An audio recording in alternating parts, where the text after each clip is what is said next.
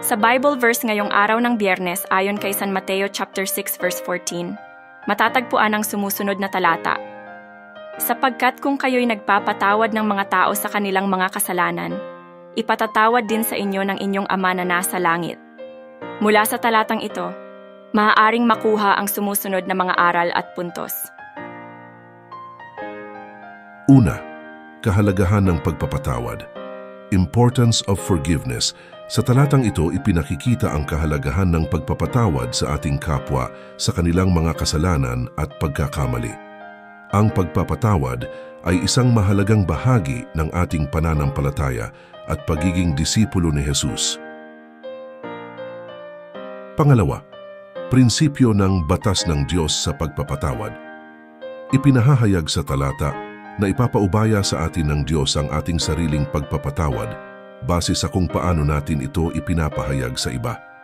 Kapag tayo ay nagpapatawad, ang ating puso ay binubuksan para sa biyaya ng Diyos, na mapatawad din tayo sa ating mga pagkakamali.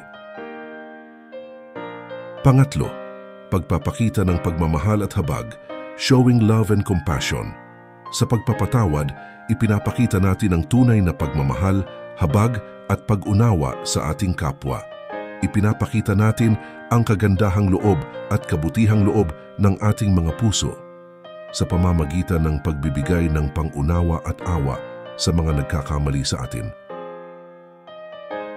Sa kabuuan, ang Bible verse ayon kay San Mateo chapter 6 verse 14 ay nagbibigay ng aral hinggil sa kahalagahan ng pagpapatawad, pagmamahal at habag sa ating kapwa. Ipinapakita nito ang kahalagahan ng pagiging bukas palad at matatagpuan sa puso sa pagpapatawad at pagbibigay ng pangalawang pagkakataon upang magbubunga ng biyaya at awa mula sa Diyos at magpapayapa sa ating mga puso at relasyon. Amen. Thanks God. Purihin ng Diyos.